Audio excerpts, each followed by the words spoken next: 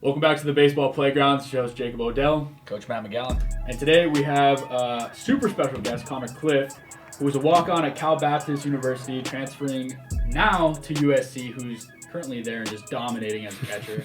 So congrats on that, man. Thanks. And not only that, he's hitting baseballs 425 feet, 125 miles an hour off the bat.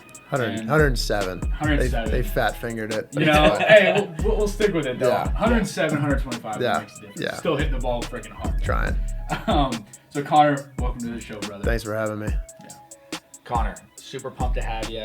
Tell us your journey. Tell us how you even got here.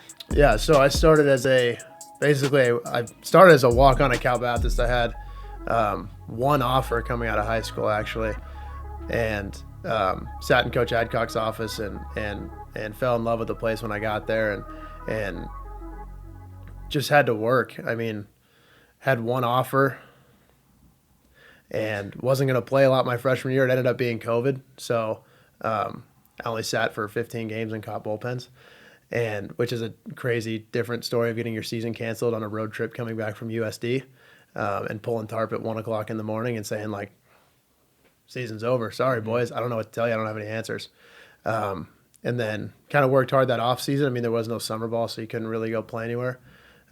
Worked hard, came back my sophomore year. Didn't look like I was going to play very much. Kind of defensive replaced the first half of that year and kept going and had some luck with the bat and started playing every day. Still wasn't on money my sophomore year, and I played 46 games. I think you could Google it. Yeah. But it was a lot in between. I felt like if I wasn't suffocating myself with things to do, I mean, I took 60 units my first 15 months of college. I went to school for 2.5 years straight, graduated in 3 years with a finance degree. Like I felt like if I wasn't suffocating myself with things to do and wasn't improving in some way, that I wasn't doing enough. Now, is that healthy? Probably not, but it worked. Yeah. So then sophomore year, played a bunch, had a lot of success. And then junior year comes along, worked hard again that offseason, same thing. Junior year comes along, kind of split time, didn't play very much. Guy in front of me hit 400. What are you going to do? It happens. So DH'd, pinch hit a bunch, still caught, and graduated, which was huge. I got my degree, so I got a degree in finance and jumped in the portal, and we can get a little bit to that later. But Coach Stankiewicz ends up reaching out to me and after he got the job here and put together one of the best staffs in college baseball. I know we talked about it on the phone, but Travis Jewett, I think there's 14 trips to Omaha between all of them, between Travis Jewett, Sergio Brown, Andy Jenkins, Seth Etherton, won a national championship as a player. Just incredible. So ended up there and somehow wandered my way in there, and now I'm here. So Yeah. Well, we're excited to have you. And I grew up. My mom went to SC. I'm a big SC fan, so I'm just excited to get you guys back to Omaha and Me too. and watch that and hopefully we'll be there. Yeah. That we're planning on it, man. Good. Yeah, we're going out. Good. Yeah, Good. That'll be awesome. Talking about pulling tarps though, about COVID. Oh yeah. So our season gets canceled. So, we're in the same thing. I'm coaching high school baseball. Mm-hmm. It rained the day before. We have our tarp on it. School district doesn't let us on the field.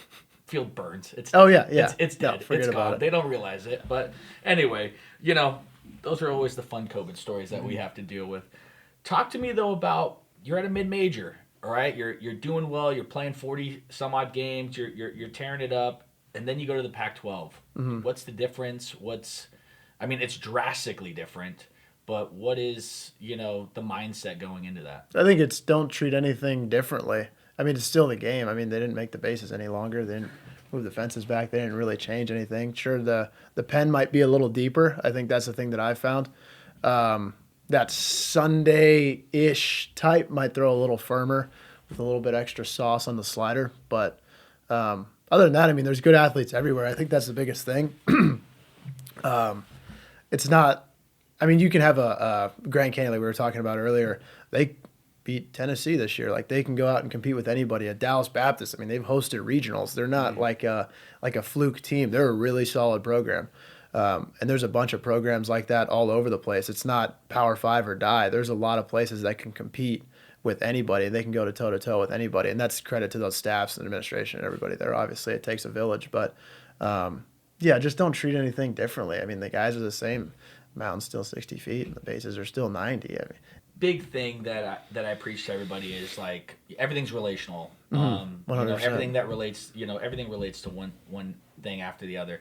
You said you busted your butt. You got your degree early. That obviously translates to you on the field. I'm assuming that you bust your butt at the field. Your work ethic is top notch. Do you feel that's what separated you the most? Is strictly your work ethic, or is there guys that still like compete with that maybe don't work as hard? Talk to us about that. I mean, I get my work ethic from I would say both sides of my family. My mom and my dad differently. My dad was a small business owner growing up. When I grew up, his dad was a small business owner. So we kind of had that mentality from his side and worked every day of my life. My mom, military Catholic Italian. You can imagine how that was. Her dad was in the Marine Corps for 26 years. So World War II, Korea, and Vietnam. Wow. Yeah, Well, incredible. Yeah, his. Yeah. So kind of those different backgrounds. Me and my brother's my role model. I look up to him and everything. He's 4 years older than me. But yeah, I would say work ethic, yes. I mean, I always joke with some of the other catchers. I'm like, dude, I'm the least talented dude on this field. Like, if I'm playing, something's wrong. Now, obviously, I'm joking, but like, you see me run, you're like, oh, it's not flashy speed. You see me hit, you're like, oh, it's not some super thump in the bat. It's not like there's concrete in there. But just work ethic and attention to detail and doing things right. And it's what I had to do because I'm not as gifted as a lot of dudes that I play with and a lot of dudes that I've played against as well.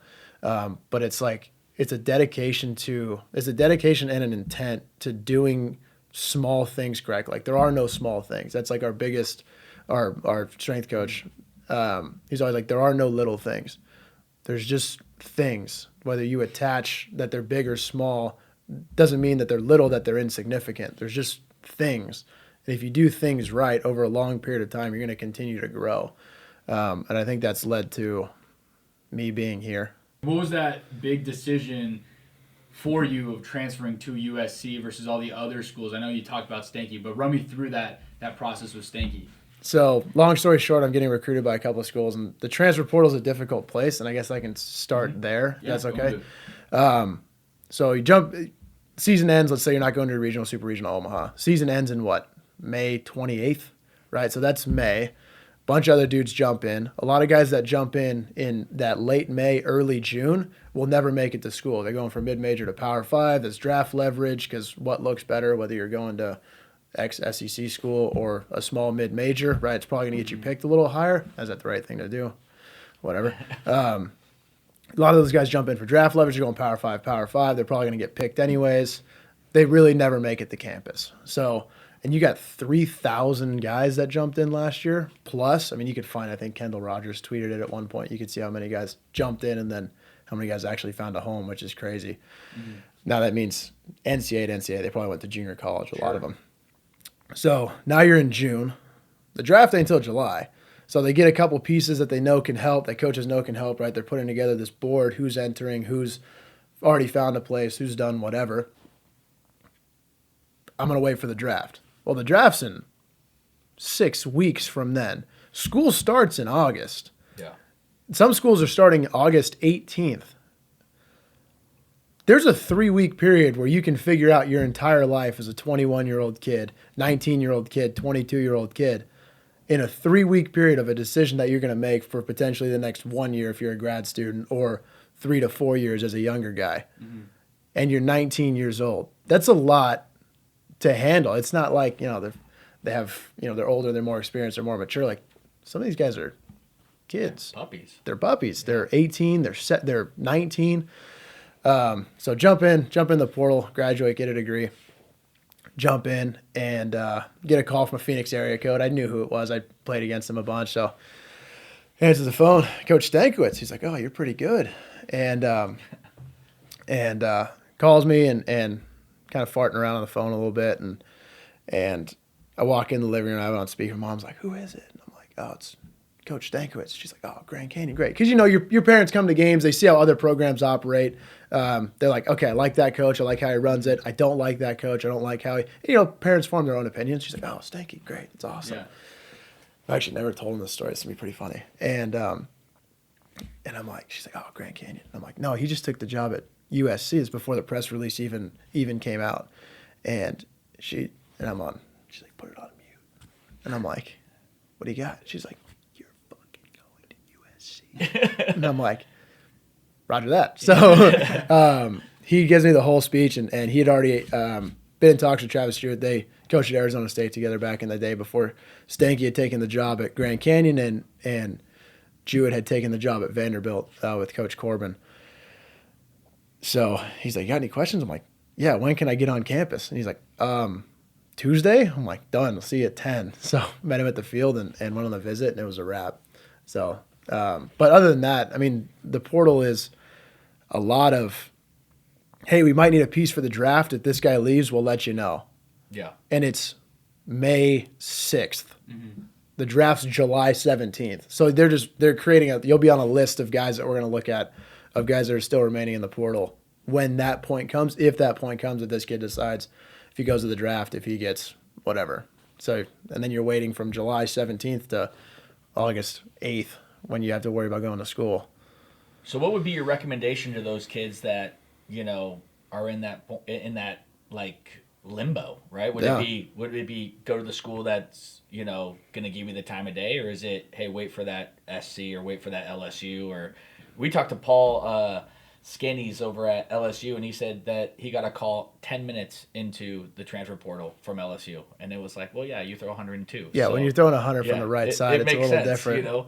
But for those kids that don't throw 102, like, what would your recommendation Depends be? how you want to play your hand. Yeah. You can do it however you want. Some guys jump in, they see their first line in the water, and they're just like, I hate this place. I don't like the portal. I want to get out. And they take it. No, that's the right decision for them. They can do it. But still, I mean, most guys are going to wait for the draft, which is 8 weeks after most guys go in. And that's a hard 8 weeks. I mean, I just remember sitting there like, did I make the right decision? Like, I'm sitting in there and I'm like, this sucks. I have no idea where I'm going. School starts in a month, and I have no idea what I'm doing. Like, that's a hard place to be. And then you look back at conversations that you had with coaches, maybe 3 or 4 weeks to go, and you're like, oh, I should have just said yes. I should have just, I should have just done this. And then you start playing the guessing game up until there. But, I mean, it was difficult for sure. But you can play it however you want to. 100% the right decision, though, you made, right? Oh, yeah. Yeah. And I love playing for Stanky. My view on college baseball has changed a lot. I mean, Coach Stankiewicz is, I know we were talking about it earlier, like, he's incredibly steady. And I've seen us, beef double plays to give up leads. I've seen us also on the opposite. I've seen us hit 3-run homers to go ahead in the 7th. I've seen us throw shutties. I've seen us, have some success, and he's still the same guy. He doesn't get, you might get him to go a little bit, but he'll never go far from that midline. Yeah, 100%. And I remember we had LMU last Tuesday, almost punt a lead in the 9th, have bases loaded, 11-9, 1 out. And everybody in the dugout, you start to get a little bit like, oh, God, if this guy hits a double here, this is really going to suck. And he just leans back off the rail, and he has his whole staff surrounding him. Obviously, they're talking about the game-making decisions. Stanky's just like, what are you guys worried about? We're going to win this game, right? Yeah. And I'm just like, oh, jeez, I don't have that type. But he's had that experience and where he can be composed in those moments. And yeah. I think that calms everyone, too, right? Like, I feel like that is – a lot of coaches don't have it. I feel like a lot of teams play off their coach, and if they're anxious and they're like they're roaming around and stuff, then it's like the kids are like, oh gosh, so, they're roaming around. But if you're just cool, calm, and collected, it's like we'll be all right. No, there's a point where like, if he's not worried, I'm not. Yeah, worried, it's like when you're hitting turbulence spots. It's like, it'll be fine. You're just like whatever. But there's a point where there's sometimes where you need to instill some urgency and you need to upshift a little bit, and he's not afraid to do that either. No. But if you're doing, and this is a thing that Jewett's big into now that we're talking about this, if you're doing the right things and you're not having success, but you're having good at bats, you're doing well in the field, you're doing whatever, don't upshift. don't push. You start to push, you get out of now. You start, you stay away from that. You know what I mean? Don't upshift, and if you're having success, don't downshift. Don't bring it down one and start to chill. But if you're doing the right things, you're not having success, just don't upshift. Just keep going. Just keep going because it's gonna happen eventually.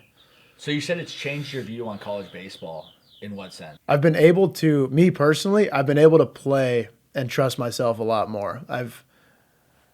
Every game that we play, everybody gives each other a hug before the game, and Stanky's always gives me a hug. He's like, hey, I love watching you play. I love the way you go about your business. Like, just go have a great one.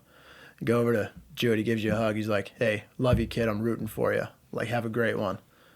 And you're just like, as a player, you're just like, oh my God, this is awesome. Like, I've never had this before. Like, this is great. Like, that part and the ability for me to just go, like Seth, our pitching coach, Seth Etherton, you can Google his resume. It speaks for itself. And he always says, like, work, practice, play the game. Work, practice, play the game. Don't work the game. Don't try to, he's pitching guy, so don't try to front side this, back. No. Work, practice, play the game. Play the game, you focus on competing, you're gonna be fine. You're gonna be okay. If you've worked in practice. If you haven't done that, you're not gonna be able to have confidence, right? Your preparation will always build your confidence. If you don't prepare and you don't work, you're never gonna have that confidence to be able to go out there and just play. Just have fun, And we can talk about getting recruited and all that about having fun and not playing with pressure. But what are some of the things that you see that are the difference separators between the good guys on the team and the great guys on the team, whether it's their mentality or how they play the game? Just how they go about their business. And it's just, people will say that about anybody who's successful. Some guys are just different. Some guys are incredibly talented. Some guys work really hard. But they're just great team guys, more so than anything. I was talking to Coach way back about guys jumping in the portal, this and that. And first question is, how is he? How is he as a teammate? How are his grades?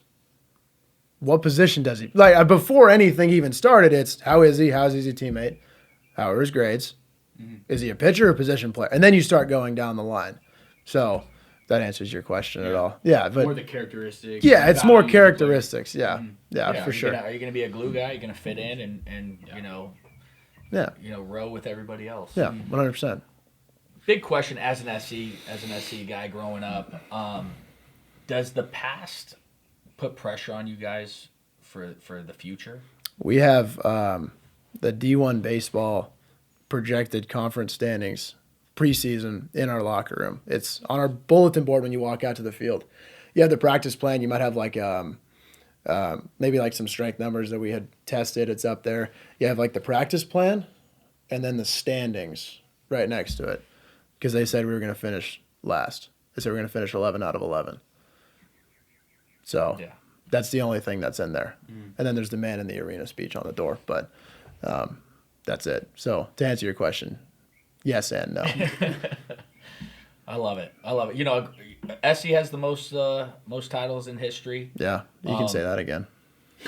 The plan is to obviously get to Omaha. Do you think this team can do it? I think if we can continue to pitch how we've been doing, which obviously you're like, man, we've thrown 3 shutouts in 7 games. Let's keep doing it, right? So we've had success on the mound, and we've got a lot of pieces. We've got some fireballers in the pen and some dudes who really compete like nobody can take anything away from them. If we can continue to be dynamic offensively, I think that's how I would describe us right now. We drive pressure. We have a leadoff guy who ran a 10-200 in high school, right? Leads the country in triples. I think we lead the country in triples too. You could probably check that. But being dynamic, the ability to apply pressure is something that we've done a lot better in recent weeks. And we're not and Stanky says all the time, like, as an offense collectively, as a team, we're not a big single punch knockout, grand slam type team. Now it does happen. We've hit some homers, but we just choke people out. So far, we've just choked people out. Score 1, score 2, back-to-back innings. They might hit a 3-run homer. We come back, score 4. Score 1 more, score 2. Next thing you know, the score's 10-2. You just slowly just choke people out. That's been his biggest thing is like just continue to add on, continue to just choke them out over the course of 9 innings. Over the course of a weekend, just came off San Diego State, which was a good weekend, and just continued to they apply pressure, and we're just like, no, just rope pull, just get back in the corner. So, yeah, if we keep doing that, we've had some success this year, but if we keep doing that, and we'll see where it goes. I think the program's going in the right direction, which is awesome, and it's a long time coming, which is, even, as a fan, you're like, let's get SC back up at the top. So I'm excited. Yeah. We had talked about the recruiting of high school players to college, right? And one of the things that you had mentioned to me was the showing the teeth and how somebody carries himself on the field. So run me through the actual concept of showing teeth. Okay, so obviously if you're showing teeth, you're smiling, you're having a good time. So that's how it starts. So when I was talking to a coach about, what do you look at when you're recruiting a guy? Well, one, I want to see if he's showing teeth. Is he having a good time? Is he playing with pressure? Does it look like he's playing with your friends, right? Coach Jude always says, like you're doing what you love, who you love to do it with. You're doing what you love with who you love, right? That makes sense. Are you showing teeth? Are you having a good time? Are you playing with pressure? Are you doing whatever? Great. Check box number 1. Box number 2, are you flying around the field? Are you having a good time? Are you flying around? Do you have energy? Because when you're doing college baseball is 8 months start to finish, not including summer ball. It's a lot of time. If you're just dragging your feet, not having a good time, you're either an energy giver or you're an energy taker. And you can get a lot of dudes that throw 95 that are energy takers. Don't want them. Go somewhere else, right? Energy givers, guys are smiling and have a good time. And then the third one, different coach told me this one, but if they talk to a kid after the game and they got mom or dad or both there, and they're like, they're in Arizona, it's like 115 outside, and they're talking to him, and the parents kind of like, dude, let's go, like, come on, like, let's go. They're like, good. It means there's a sense of urgency in that house. Like, it's funny, but it's true. So that's kind of where it all starts, and then you go, okay, and you would be surprised who knows who. Like, everybody knows everybody. Everybody's been everywhere. Yeah. And I think that's the biggest thing. I know we were talking about it before, but like relationships with coaches, like the average, this is probably good and bad, but like the average tenure for an assistant coach in college baseball is like 4 years probably before they go somewhere else. For whatever reason, family, change of job, whatever. Not judging, but it's true. More money. Yeah. It's true. It doesn't mean it's whatever. The average tenure for a college baseball coach or assistant coach is 3 to 4 years. So you build a relationship with a coach your sophomore year of high school. By the time you graduate or your freshman year of college, he might already be at a different school. It's likely, but he might not have needed a third baseman at this school. He goes to a new one. Well, now he needs one, right? And then you go to X school, whether you go to a different school or not. He moves around. He goes somewhere else. He knows somebody. Somebody calls him, hey, I recruited him in high school. Really good kid, good grades, good family. Awesome. Then you jump in the portal after you graduate, if you choose to do that or early, whatever. Well, now he's at a different school. And he's like, hey, I recruited you in high school. Great kid. Dude, let's make it happen. Now you're there. But those coaches that they move around, they know everybody. Everybody calls everybody. For one guy that goes in, they probably make, I don't even want to know how many phone calls. I mean, it's everything that they do. Yeah. But don't underestimate who knows who, where, when, how. Different parts of the country, run into him on a recruiting trip, doesn't matter. Yeah. And there's nobody else that can build it. No service, no nothing that can build that for you, those relationships that you have with coaches. We talked to the Glendale College coach, Coach Kokol, and he was saying that, the tight-knit community of coaches is so small that, they're all recruiting the same guy, and they're all talking about the same guy, even though he's a junior college and you're USC or you're UCLA. Yeah. And, it's one of those things where he's like, yeah, we get guys from SC or UCLA to come to Glendale College because I know those coaches, and they know that they're going to get developed here and they're going to move on. Now, how often do you see that kid, come from the junior college or come from high school that's prepared for that Division I college baseball? Is it often, or is it sometimes they're like, oh man, we really need to work? Oh yeah, all the time. We had a kid, Cabby. He was ended up hitting the middle of a lineup for us. Probably set the record for homers in a single season at RCC after they changed the bats. But the kid had jet fuel in his bat, and you could insert him in any lineup in the country. That's why you see JUCO guys getting picked relatively high every year. I mean, they can definitely compete, especially in California. I mean, there's a reason California plays their own state championship and they don't go to the NJCCAA because they ran it every year and now they have to do their own thing, and then everybody else goes to that one, right? I mean, there's also the only junior colleges that don't give any money. Yeah. It's all state funded. It's a lot of local. You don't have you might have some guys that move around to go to junior colleges. The kids come out of state to go to those junior colleges, but a lot of those kids are local. Absolutely. Which shows you how much depth and talent there is in California.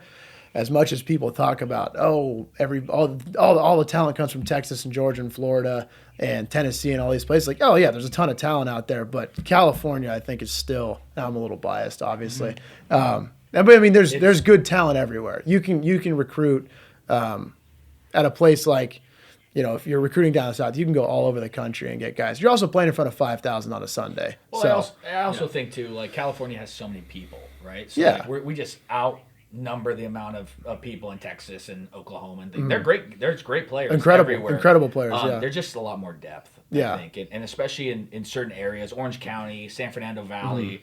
Like it's really tough. Yeah. There's a ton of MLB guys coming out of those places. So no, it's exciting. So I'm excited to see how this high school season ends up, because there's going to be somebody that comes out of nowhere and is throwing 100 miles an hour. Yeah. So. Yeah. What are your thoughts on showcases and camps with everything that goes around? Coaches' economy, talking to other coaches. And a lot of parents especially get worked up about showcases because they think that that's the only way that they can get their kids seen. But there's a lot of other opportunities that you can have. So what's your take on the showcases and camps? I went to a couple of showcases, never did anything besides take the check. Yeah. And to each their own. If people live and die by showcases and metrics and numbers. But I could tell you of a coach that's been in college baseball for 20 years and has never taken a radar gun to go recruit a pitcher. Doesn't even know how TrackMan works. Doesn't know. Yeah. Had been very successful, obviously. I'd tell you when we're done here who it is. But been very successful. Never taken a radar gun to go recruit a kid. How do you know the fastball's live? Well, because guys swing and miss. How do you know it's not very good? Because dudes are barreling it. Yeah. It's simple. A lot of these coaches are very simple people. They don't care. Now there's guys that, mostly your pitching guys, that are worried about, if we can take this spin to do this and whatever, and that's their thing. But you're talking about extremely prominent head coaches that are like, how do you know the fastball is good? Because guys aren't hitting it. Yeah. Very simple. But for showcases, I mean, I just never did it. Yeah. Camps I think camps are great. Maybe we host a bunch of camps every year. We probably hosted, that I worked, probably 6 in the fall, 6 or 7 opportunities for kids to come. Now that's divided to age group. Obviously, I have a junior college kid go against, the 2026, whatever year that is now. But segmented by group, I think camps are awesome. I mean, it gives the ability for the coaches to, one, have you on campus, get to see how you are, get to see over a 2-day period, 3-day period maybe,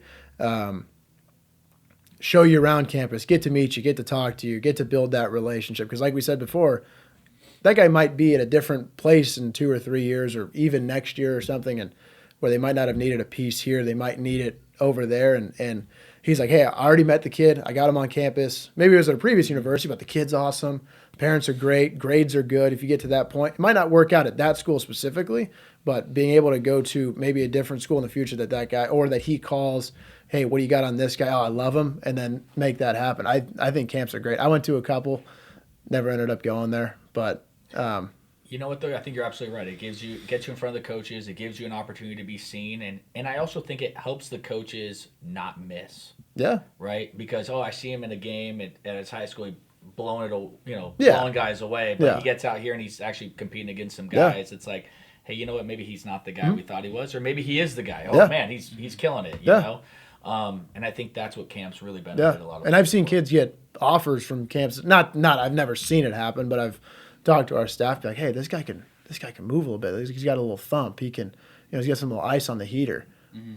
Which, if you take that literally, it doesn't make sense. But like, this guy's got a little ice to it. Yeah. And then you're like, yeah, well, if he starts landing this breaking ball, he's probably gonna get an offer. He starts landing it, and you're like, oh, well, there you go. Yeah, there's your answer. And then next thing you know, he's a Trojan, or he's a whoever, right? So it does happen. Yeah, absolutely. And there's kids also overlook the fact that just by going to, say, the camps rather than the showcases, you allow yourself to build that relationship with the coach, which inevitably gives you better opportunity to get a scholarship. And for a coach to say, all right, we have the 11.7 scholarships that we can give. And we talk about this all the time of how coaches don't just offer an entire scholarship package to a kid. They usually no one's getting a full offer. Yeah. Right. So, I mean, to explain it, usually 11.7, administration will tell you 11.7 scholarships is X amount of dollars, and then they just operate off the dollar. They're not going to, I'm going to give you 0.365. No, I'm going to give you $31,000. So that's usually how they divide it up. But yeah, you're right. We talk about Division I baseball, and again, you have 11.7, you got 40 guys on the roster. A lot of those guys are going to be walk-ons, or at least guys that are preferred roster spots in the fall. How often do you see those guys make the ball club? How often do you see those guys get redshirted? What do you think? Well, me, for one. Yeah. I mean, I was one of them. Sometimes they get, I mean, it's like with anybody. Sometimes guys on scholarship end up going to junior college. Guys that go walk on go to junior college. Any successful college baseball coach will tell you, I don't care how much money you're on, how much money I gave you. If you're a financial aid guy, because those won't count against scholarship, you can't combine them. I don't care what money you're on. I don't care what. If you're going to help me win a baseball game, you're going to play. Yeah. Now, what that capacity looks like is it depends a lot, right? Whether you're a 5 minutes of fury fireballer reliever out of the back end, or you're a catcher, or you're a defensive replacement like I was my sophomore year, or you're a first baseman, or you're just a dude who it doesn't matter. If you can win baseball games, you're going to play. That's what these guys get paid to do. That's their job. Now, they have a lot of other things. They develop young men and get to mentor them and watch them mature and grow, and they get to get a degree. There's a lot of stuff that goes into that, but they got to win. And if you can do that, you're going to play. If that's what you're worried. If you're worried about playing, you're going to play. It doesn't matter if you're on $20,000, if you're financial aid, if you're on $60,000, if you got $1 million in NIL. If you can't help somebody win, you're not going to play. Yeah, no, it makes absolute total sense. Now, you being an older guy, graduate, student, what advice do you give to the younger guys? I tell every freshman class, I'm like, outside of any crazy family life circumstance that's happened, I'm like, athletically, this will be the most difficult thing that you'll do, but it will be the most fun you'll ever have. Like, there's nothing better than, we go and we have Stanford on the ropes on Sunday, and we end up taking the series from them and winning 2. Like, that's so fun, and you get to do it at home.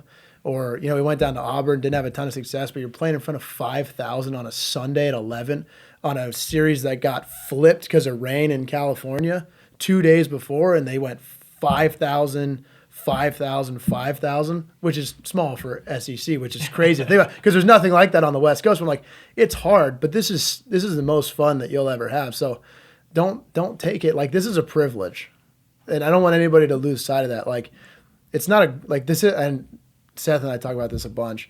Like, this isn't a grind. People understand. Like, it's not a grind when it's a privilege. Like, this isn't something you have to do. This is an opportunity. We always say it's a bad day to be a get to, right? Because you get to do this. This is a privilege. It's difficult. Yeah. It's difficult. Yeah. It's not hard. It's a big difference. It's difficult. Yes. Hard is raising a family, being a single mother, military, first responder. That's hard. College baseball? Yeah, in the grand scheme. Let's have some perspective. You know what I mean? Like, this is a privilege. Don't it's a grind. Oh, it's ego. That's all it is. Like, this is a privilege more than anything. And if you kind of have that perspective, I think it makes it a lot more fun too. Absolutely. You're the first person to ever bring up that perspective. And yeah. I appreciate it's true, that. Yeah. but it's true. Like, people act like, oh man, I'm grinding. No, you're lifting in a $15 million weight room and you're eating steak 3 days a week. Yeah. And people that, we have our athletes. Mm-hmm. And you're on track, man. And you're hitting in a cage. Oh, man. I get steak for the third time. Oh, French toast again. You know what I mean? This isn't a grind. Now, granted, every circumstance is different, right? The resources that SC provides their student athletes are in second to none. Yeah. Incredible. I mean, there's probably one of the only places in the country where your physical is a full blood panel, an EKG, a full physical. You meet with an orthopedic surgeon. You meet with the neurologist or whatever. They do your concussion baseline. They do a bunch of other stuff. Orthopedic surgeon does your whole makeup, body, whatever. They do all that. Now, it's a lot different. Other schools don't have those resources, but in the grand scheme of things, it's still a privilege. Yeah, it's still baseball. To do anything. You get to play baseball with your friends. Yeah. What about that is difficult? You're absolutely right. Let's have some perspective Yeah. for once. Well, same thing at the high school level, right? Like, Yeah. you're playing baseball with a bunch of friends. And for the public school kids, it's probably the kids you grew up with. Yeah. You know, so you've known each other for years. Yeah. I mean, take it for a grain of salt and just love it and enjoy Yeah. your time doing it. And I played with too much pressure in high school, and I kind of regret it and be like, oh, I got to push to do this and get recruited because I had one offer throughout high school, I think, at all. And then Cal Baptist ended up coming up, took the walk on there. And that's one more than a lot of kids are going to get. I agree, and so maybe some kids have to go to junior college and start there, but it's not D1 or bust. Like I was a walk on at We're a big Division preacher I of that. school, It shouldn't be that. and it shouldn't be, thinking and it D1 shouldn't be Power 5 or bust either. Like there's savages everywhere. I mean, you can go play a midweek against a mid-major school, and you're like, dude, this kid's throwing 98. Like, where did this kid come? Like, why? Like, all the best players are in the SEC. Like, no, there's guys that throw 95 plus, 98 plus with wipeout stuff at a small mid-major school. When you look on the schedule and you're like, where the hell's that? You know what I mean? Like, there's dudes everywhere, and those dudes, they work hard. They work really hard because you have that little chip on your shoulder. You know, you're going to play a bigger school. And I've been on both sides of that too. I mean, I've been on the side of it of being a mid-major school going into a large Power 5 school, going to play and just feeling like just gross. You know, they look at you, the home plate meeting, they ask the head coach, you know, hey, you want to play with a run rule today? We've had it happen. And you're like, you know, you just feel like totally disrespected and just gross. I've been on that side of it. Now I'm on the Power 5 side of it. And I understand that side, so I don't look down on, because I know there's dudes everywhere. But you're hoping the run rule's in effect. Well, unfortunately, I mean, if the Pac-12 could change one thing, I would agree with a run rule. I know the SEC does it. I think the ACC does it as well. The WAC did it. I don't know. I like it. Because how many games do you play? Now, this is probably off topic, but how many games have you played where it's 8-0 in the fourth, and then dude hits a 3-run homer for them? You're like, all right, whatever, 8-3. All right, bases loaded, walk, double, 8-6. 8-7. Now you're playing a nut grinder, and it ends up being 15-15. When if you could just keep pushing and score 3 more runs, just to give yourself a little insurance, push it to 11. Dude, it's a solo homer. Who cares? 7th inning, go home. Yeah. I mean, I love it. Yeah. I think it's great. It makes sense. Yeah, it's great. So, what's the best advice you've ever gotten? I have a bunch on my phone. I keep stuff that people send me. I think it's important too. You know, if you ever need something, I write them down. I could show you. So I have a bunch of them that people have shared with me. One of them is it doesn't take 100 million to be happy. That was from a friend of mine that dad was wildly successful in business, and he's like, I've been extremely poor, and I've had 100 million, and I've been miserable, and I've been poor and been very happy. I always thought that, you know, when I hit, 5, 20, 50, 100, that it would make me more happy, and it never did. It was actually the opposite. More money, more problems. Yeah, no, absolutely. At least that's what Mace said in his song. Yeah. There's a couple of them, like when a guy I hit with sent me this one, and I saved it. The obsessed become successful with anything in life. If you're not obsessed, you're wasting your time. And I think that one's important for me. Like a lot of these guys in college baseball, especially me, I'm gonna shout myself out, but like this is all that I have. I don't have. I play golf with my dad and my brother because I get to spend time with my family and friends. I don't care. Like it's fun. I'm competitive. I'm gonna compete in it, but like this is all I have. I have my family, this university, this baseball team, my girlfriend, and I got a little dog. That's it. Yeah. That's all I care about. I don't have anything else. Like when I'm on campus, like, and these boys and this university and this staff, like that's all I think about. Mm-hmm. I don't have anything. I wish I could do something else and have a hobby, but I don't. I go woodworking. I don't have anything. You know what I mean? I don't make canoes in my basement like NCIS. I don't do any of that stuff. I don't have anything else. Like, this is all I have. And like, there's always this thing like, what does it take? Well, it takes what it takes. You know what I mean? It's kind of the same thing. Like, I don't want anything else at the same time. Like, I care about this team. I care about this university. I care about my family, my girlfriend, my dog. Other than that, I'm good. And I think that's why. You put in the extra work. I think that's why you want to be successful. This is your trip to, go play pro ball and eventually and move forward. And I think a lot of people don't take that perspective, right? They want to, be into a lot of other things, and unfortunately that doesn't necessarily make you. I mean, I don't blame the transfer portal on coaches. And people might not, they're over recruiting, they're bringing 70 kids in for the fall. Okay, yes, that's part of it. It is part of it on a smaller basis. How many kids have you played with, coached, whatever, that go to school and go to the fraternities and never make it out? How many kids get in trouble off campus? How many guys have bad grades? How many guys become academically ineligible? People don't talk about that. I mean, there's a reason. How many are bad teammates? How many are horrible teammates? Yeah.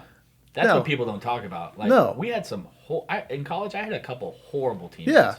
And you're like, why do we even put up with these guys? Yeah. And then the reason why we have had success this year is because we don't have those guys. And that's why I think a lot of teams have success. Once you can eliminate those cancers or those bad teammates, it totally changes the perspective. We, as a high school coach, we won CIF last year, and it was the best team I've ever had because they were such a tight-knit group. Everyone loved everybody. Yeah. Everyone believed in everybody. It was just such an amazing experience, and I think we didn't have that before. Yeah. And that's what separated this team into a champion, and it was a blast. And it's a ton of fun. Yeah, it's a ton of fun. As I said, it's going to be hard, but it's going to be the most fun you've ever had. Yeah, the worst part is seeing those guys leave. I love those guys. That's why the worst day of every college coach's career is senior day, because you have a bunch of dudes that you brought in. Maybe they were little puppies when they came in. Maybe they were transfers that made a big impact, or were just really good clubhouse guys. They might not have thrown 100 frames, but they make a big difference. But don't underestimate the impact that you or somebody else can make in the clubhouse. Like, if you're a good locker room guy, you show up on time, you do things right, and you can do all of those things and get good grades and stay out of trouble and do well on the field, right? It's the old John Wooden speech, what do you look for in a player? Yeah. Well, I want a guy who shows up on time, works hard. And the laundry list, like 40 things. He's like, well, that's the guy that I want. But don't underestimate the impact that you can make not only on the field, but in the clubhouse, in the dugout, in the locker room. Just being with guys every day, building relationships, doing that stuff. It's huge. 100%. I couldn't agree more. Talk about playing with pressure. Like, you're under the lights, you see all these fans, you're playing with these top tier athletes. Talk about dealing with the pressure, even if it's in a clutch situation or not. You're dealing with it every day of your life. It's something that's changed. It's to have some perspective. It's college baseball. Yeah. And to start. I was a person that I've been on both sides, but I've put a lot of pressure on myself. I've played in front of 6,000 at Auburn, and I've played in front of 6 because of COVID. Right, when you had that year where nobody could attend games, which I thought was terrible because most of the fans are families. So you just took away families being able to see that there's no reason you couldn't have literally 2 parents per section come and watch their kids play. That's a lot of the fans of the game are parents, especially in Southern California. You have a lot of parents that drive from, let's say, Newport to LA, and they come watch their kids play. Well, they couldn't do that. And if the stream wasn't very good, like, hey, Mom, did you see I had a homer today? Well, it's like, no, the stream cut out in the 3rd, right? So it's like, no, I didn't see it. But those are a lot of those opportunities. So anyways, that's a different conversation. But I've played putting a lot of pressure on myself and kind of feeling like the world's closing in for no reason.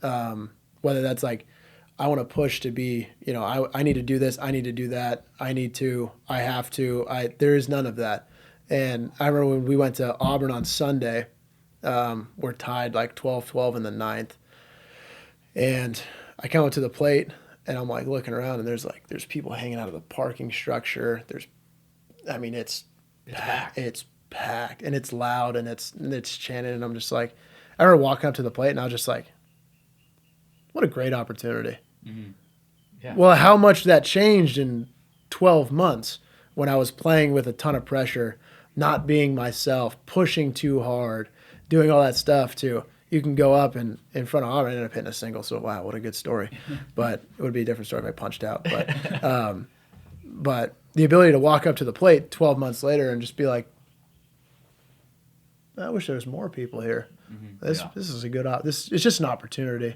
That's all it is. I think I was able to, one, play with a lot more confidence this year, just be able to trust myself and everything that goes into that. And at the same time, just take the emotions out of it and just see it for what it is. That's been the biggest thing is like, what's the worst thing that can happen? Accept it, that it might happen, that it can happen. Now take it away. Because I think sometimes when you realize it, when you rationalize, like, okay, what's the worst thing that can happen? I could take 96 to the face right now. Well, if that happens, that'd really suck. But we have trainers here and everybody that can take care of me. Probably have a medical center. I'll be fine. Eventually. Okay, what's the worst thing that happens? I punch out. Result wise, I punch out. Yeah. Okay, well if I punch out, it's probably gonna feel like this. Well, that's not too bad. I've felt that before.